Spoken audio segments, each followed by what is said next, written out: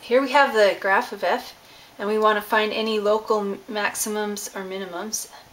Well, first of all, there's no maximums.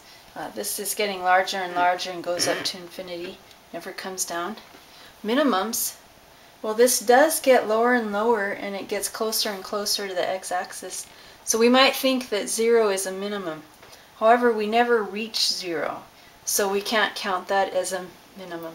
So this actually has no maximums or minimums. Okay, let's list the intervals on which f is increasing, decreasing, or constant. This is always getting larger as we go from left to right, so it's always increasing. So our whole real line is the interval, so we can write that as negative infinity to infinity.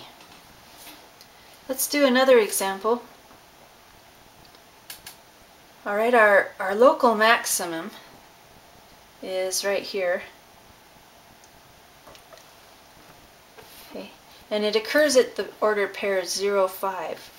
Now when it asks find the numbers for which f has a local maximum or minimum, that's asking for the x value. So we would say at 0, f has a local max. Okay, and when it says what are they, that wants the y value.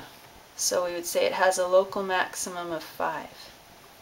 Now for our minimums, this actually down here where it just stops, that's considered a local minimum, even though there's no right hand side to it. And same with over here. So we could say at 5, f has a local minimum of 0, and at negative 4, f has a local minimum of 0.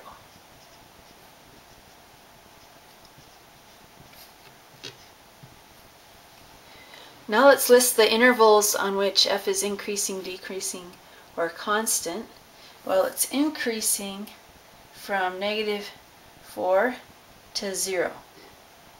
We go by the x values, and we want to give our answer as an open interval.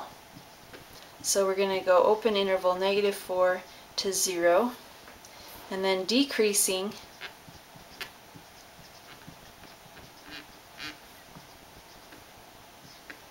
will be 0 to 5.